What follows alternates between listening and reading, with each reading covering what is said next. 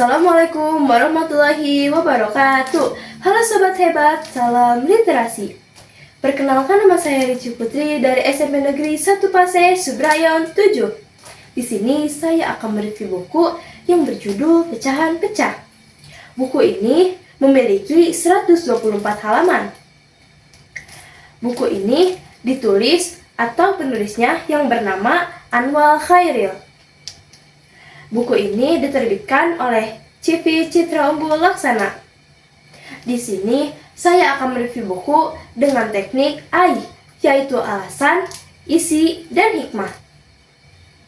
Alasan saya membaca buku ini karena buku ini sangat mudah dipahami bahasanya, dan juga buku ini mengandung sangat banyak moral di dalamnya. Isi dari buku ini menceritakan kisah seorang anak yang bernama Bidai.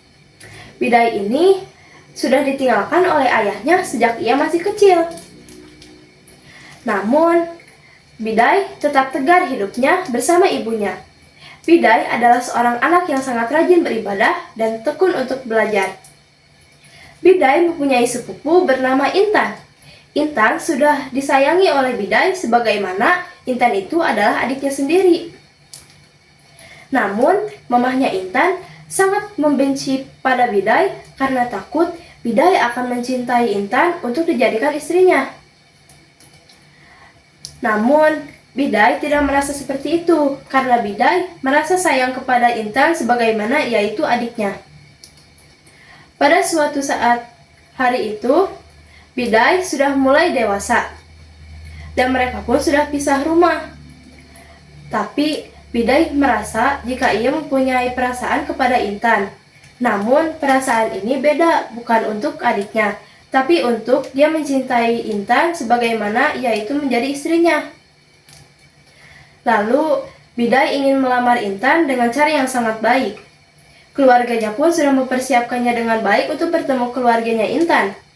Namun keluarga Intan tidak mau menerima lamaran dari Bidai karena ekonomi Bidai yang sangat kurang pada saat itu. Karena di sana Bidai cukup terpuruk dan juga melihat Intan yang dijodohkan oleh pengusaha yang sangat terkenal, Bidai pun sakit hati dan pergi mendayung ke tengah laut.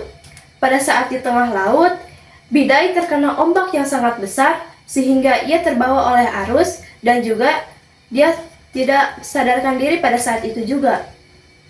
Saat ia bangun, ia sudah ada di pulau yang berbeda yang ia tak tahu itu di mana. Bidai hilang ingatan. Bidai tidak tahu siapa nama dirinya dan di mana tempat tinggalnya.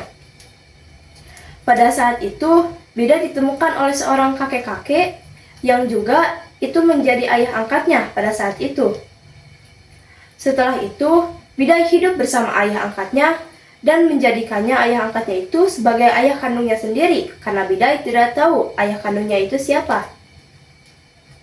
Namun, mamah kandungnya Bidai mencari-cari Bidai bersama keluarga Bidai ke seluruh pelosok desa yang ada di pulau sebelumnya.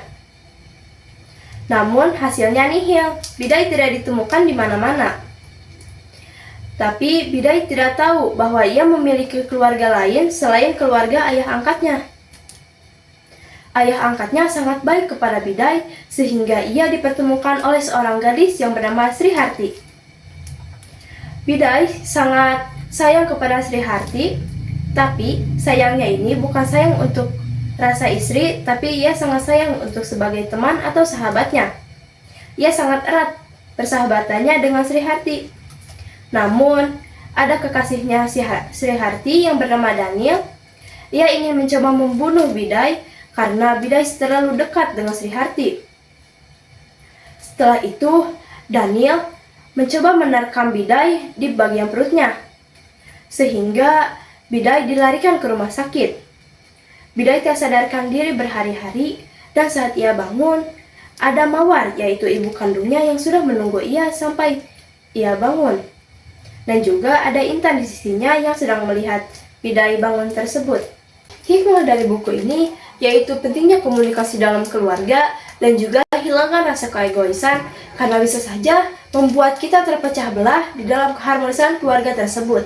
Kisah tadi bisa dikaitkan dengan surat Al-Syu'ara ayat 88-89 yang artinya yaitu pada hari ketika harta dan anak laki-laki tidak berguna kecuali orang-orang yang menghadap Allah dengan hati yang bersih. Yaitu dengan makna ayat ini menggambarkan pentingnya nilai-nilai kehidupan dan hubungan keluarga yang tulus serta kesadaran akan akhirat.